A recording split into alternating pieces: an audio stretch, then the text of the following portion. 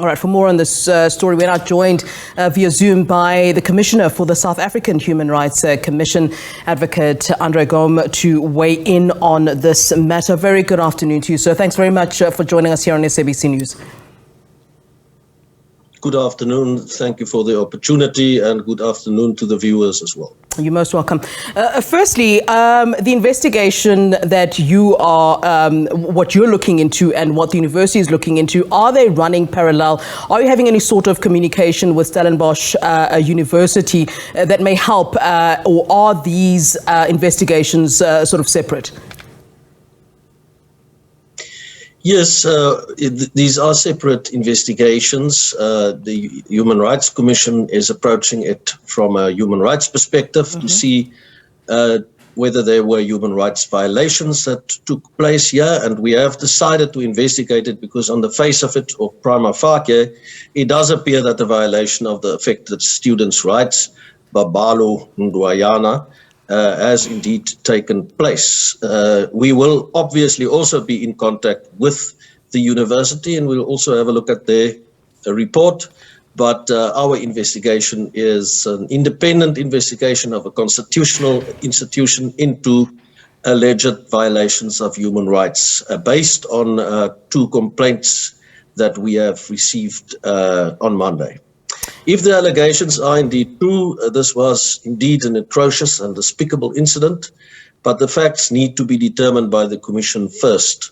And I think also in the case of the university, there is the demand of concluding the investigation expeditiously. I'm sure they are trying to do that, but investigations sometimes take a bit of time to really establish what exactly the facts are. So the Commission is also attempting to get hold of Babalo, and we would like to call on him and other potential witnesses to come forward and make contact with the Commission so that we can also conclude our investigation as expeditiously as soon as possible. Yeah, and you know, in this particular instance, you know, whose report, I'm going to use the word report, you'll correct me with whatever term that you're using, whose report from that investigation would then be holding more weight?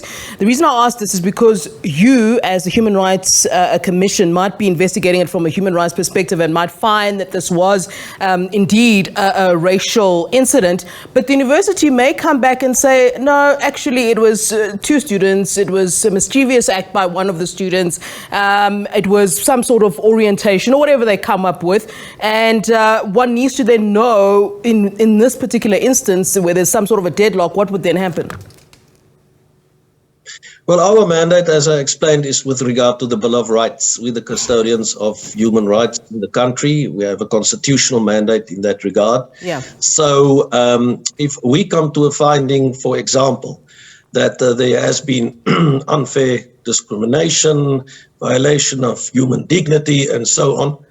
And then, you know, that is the finding. And if someone disagrees with that finding, the only way to get it set aside is to approach a court of law.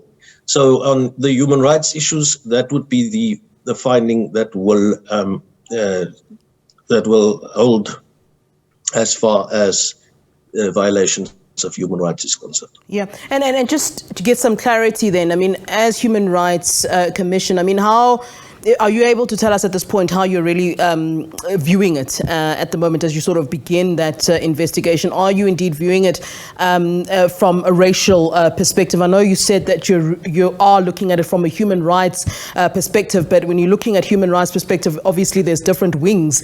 And is a race part of the investigation, racially motivated incident forming part of your investigation? I mean, I know that, you know, you're not, I would assume you are not motivated, but what is said on social media, but certainly that's what's being said, you know, by many people, that this seems like some sort of a racial act. Yeah, well, it does appear that the allegations that are made is indeed that this was a racial act and so on. So we will have to look into that.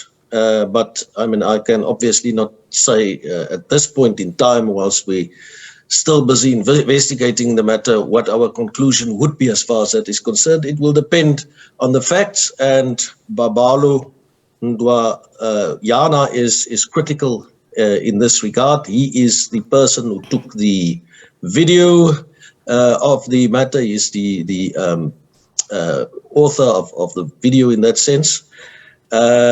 So we'll have to authenticate the video in speaking to him. And then also he is the one who was present when certain remarks were allegedly made, which were allegedly of a racial nature. So that's why it would be quite critical to speak to him, to hear what exactly he has to say, and then to put these allegations to the alleged perpetrator as well. Yeah. To hear what his responses are, and then also maybe some of the other students that were in the vicinity and so on, who can potentially confirm what happened or whatever the case may be, and certain circumstantial evidence in that regard. But so we'll look into all those matters, but we are obviously entering the investigation with an open mind. The evidence will speak for itself. All right. Thanks very much for giving us your time, sir. We certainly do appreciate it, and we'll certainly be catching up with you to find out what indeed you did find. Thank you.